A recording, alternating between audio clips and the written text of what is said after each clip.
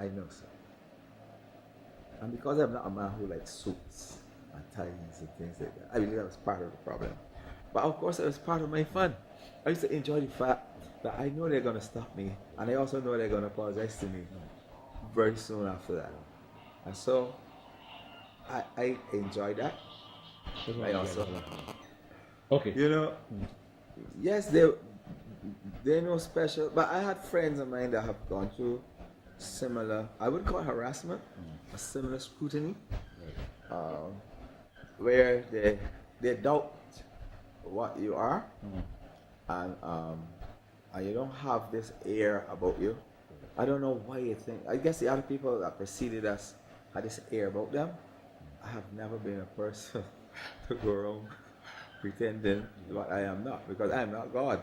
So I feel the only way I should be able to walk around pretty doing anything is God, but not human beings that got to deal with other people. This stuff up thing and think, oh, where the hell, who you think you are? I am saying that is nonsense.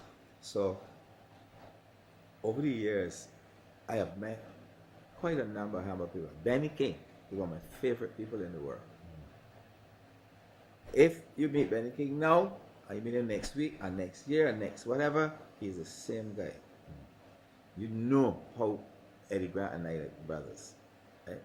Of all them superstars that I would have met over the years, of all of them, I'm not talking about Eddie Grant because you know how I feel about him, that's special. Mick Jagger is the most down to earth one. Mick Jagger would come, take us to dinner. He ain't got no guard, he ain't got no bodyguard, he ain't got no nothing. I don't know what happens in London or Paris or Rome or New York.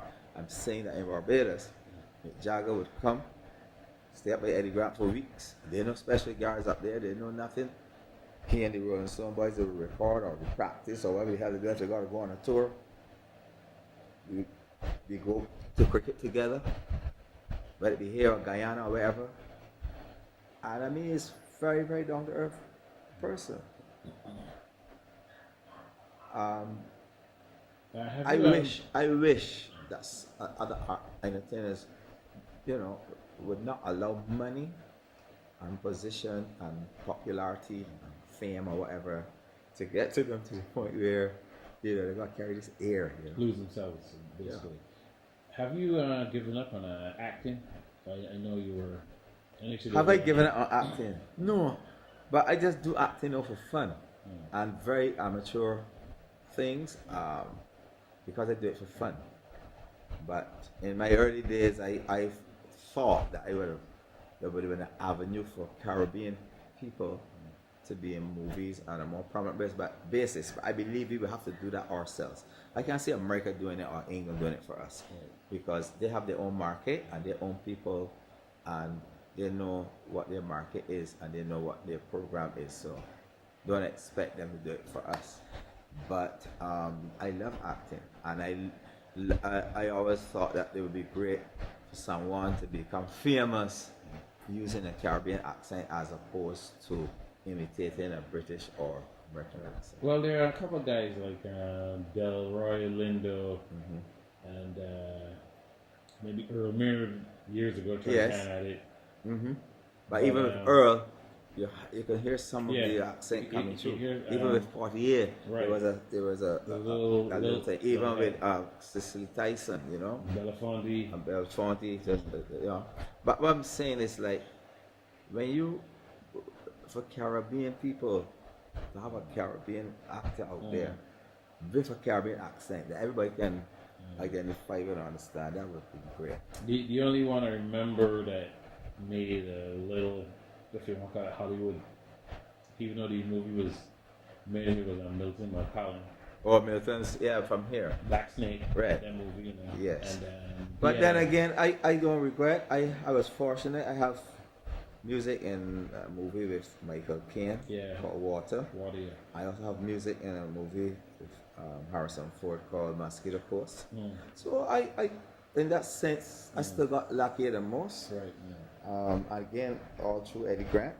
So, I enjoyed working with Eddie, recording in the studio with him, seeing his expertise, his commitment, his love, and his constant thing there where only perfection Right. is good enough, or at least as close to it as you can get.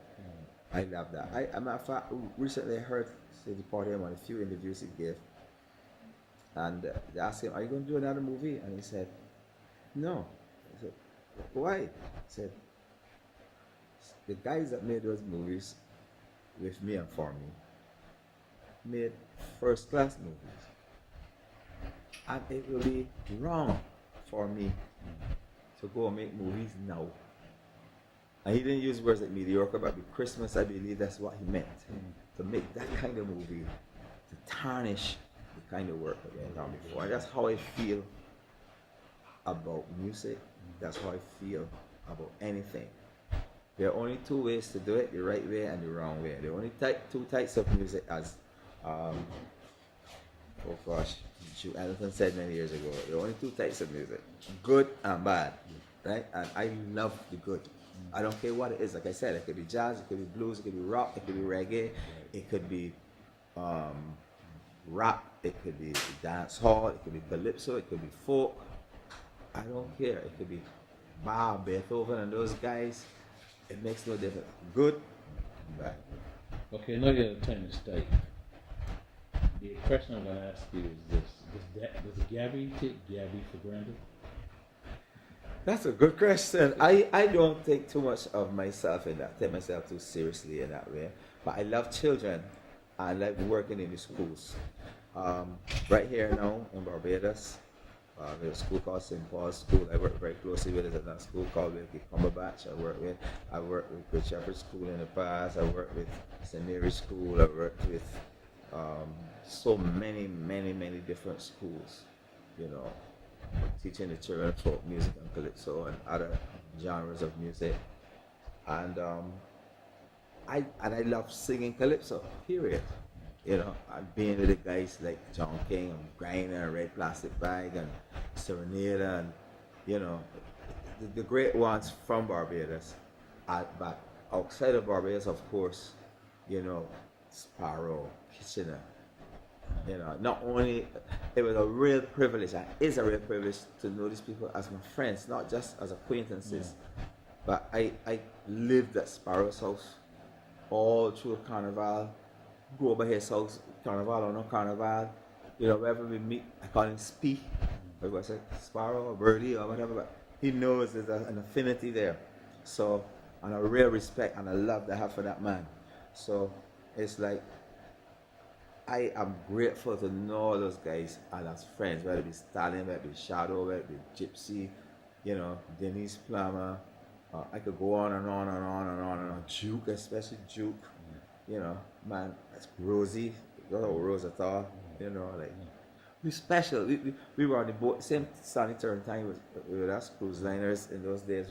We were some of the earliest artists that did Cunard lines and some of these other lines that we have today, Carnival cruises and all of that.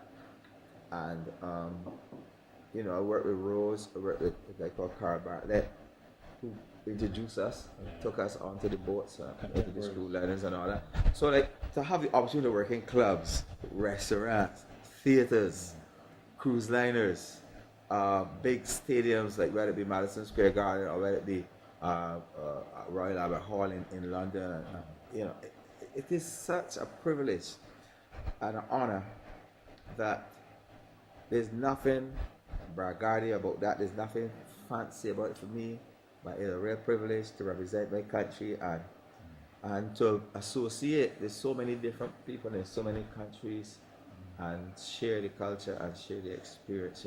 Also my Indian friends, whether here in Barbados or outside, go to satsang with them and have Muslim friends, have Hindu friends, friends of the Baha'is, Sikhs. It's like there's a wide world out there. Arab friends, Like I remember a day I was home, and this girl called me at my hotel and told me there's a Arab prince that heard the music and liked it and want you to come and play for him. I said, what? The hotel had 180 something rooms, and he booked 170 something rooms. and he only had 20 people because he didn't want nothing to disturb what we were going to be doing at that point in time. And I went and I played for him, and I don't remember what his name is now, but he had just gotten married, and he had a Jamaican guy who was his accountant, and he heard about Barbados and wanted to have his honeymoon here. I heard about me and wanted me to play, and I came, and it was a fantastic experience. So it's like, all I'm saying is like, I always worry why people get so narrow in the world. You know what I mean? It's like, it's so narrow. I have Jewish friends, I got Arab friends, I got Muslim friends, I got Hindu friends. You know, it's like, if you think wide enough, those barriers become nothing at all, you know. But if you think narrow, if you try carry 3 M's to the max, and so you don't have to carry them to the max. You only got to carry them a bit. 3 M's are me, my, and mine. You see, 3 of them, they're the 3 of the most destructive things in the world. Because then you put everything onto you, right? And you don't see it in any other form or fashion. But it is necessary to go wider than that and give yourself to everybody, and in turn they will give themselves to you. So Always been doing it. If people listen to songs like Guilty or Hold On to the Ball and things like that, they hear, you know, Hold On to the Ball? well, I'm amazingly enough, I have all your CDs. Okay. And I'm proud to say I didn't bootleg any, and I bought them. Right? And I find myself playing a lot of your stuff that is not as popular. Right. And the songs that are not as popular as the ones people always run to, like Boots and Jack. Yeah. There's a lot of good material that you wrote that didn't see the light of day. Right. And there's some that I And, didn't get a chance to Guilty's one record of them, properly. yeah. I think songs like Make Good Music, Calypso, you know, Culture. Also, what I would like to add is your version of Inez is very interesting. It's half of the tempo that I would have written. But when you listen to it, it still want to make you go on the street to that. and dance. Right, But not because to the point to sweat yourself up, but just to. Well, the whole honest. thing is, Inez Eiley is the road march to get you frenzy and you gone. Right. Brilliant, and he did it well. I wrote the song. My interpretation of it is not that. It's to tell the story of the 2 old people as opposed to tell my own story. So to tell the story of the old people, I have to become the old man. Right. The old man is not going to be going at 50 reps per minute. Exactly. So I slow myself down to him. The interesting about the song is the phrasing, the way the song was phrased. Right. To the tempo, it was like an old man, like you say. Yes. I'm talking like he's telling his story. Right. He's telling his story. So when he hits his story like, Highness, come let me jam for crop over. Come let me break away. The music too sweet. Too sweet. Too sweet to Miss Kadumande. The old man, right? He has to be more frenzy. So get right? And that crowd out in the street is going for that. They're not going for the old man, they're going for Ailey. Right? But I'm seeing the old man as being the subject. And if I'm going to deal with him as the subject, when you're 70, 80, 90 years old, you're not going to be moving like a 19-year-old or 23-year-old. No, sir. So that, and I remember one I did called Juve Morning. That is. Right. I was watching an old lady in Trinidad dancing to Boozy Sharp's band as Phrase 2 called Group, warming up before they go on stage, because on stage they're going to be frenzy. But while they were going tung tung tung ding ding ding ding tung tung tung ding ding ding and doing their thing, this old woman was dancing. I had the ground and I watched it. I said, boy, you could imagine what she was like 40 or 50 years ago, because she was so rhythmic. She didn't miss a beat. But being 80 something years old, she would not have been as energetic, you know, but the rhythm was still there. And I wrote that song in tribute to her.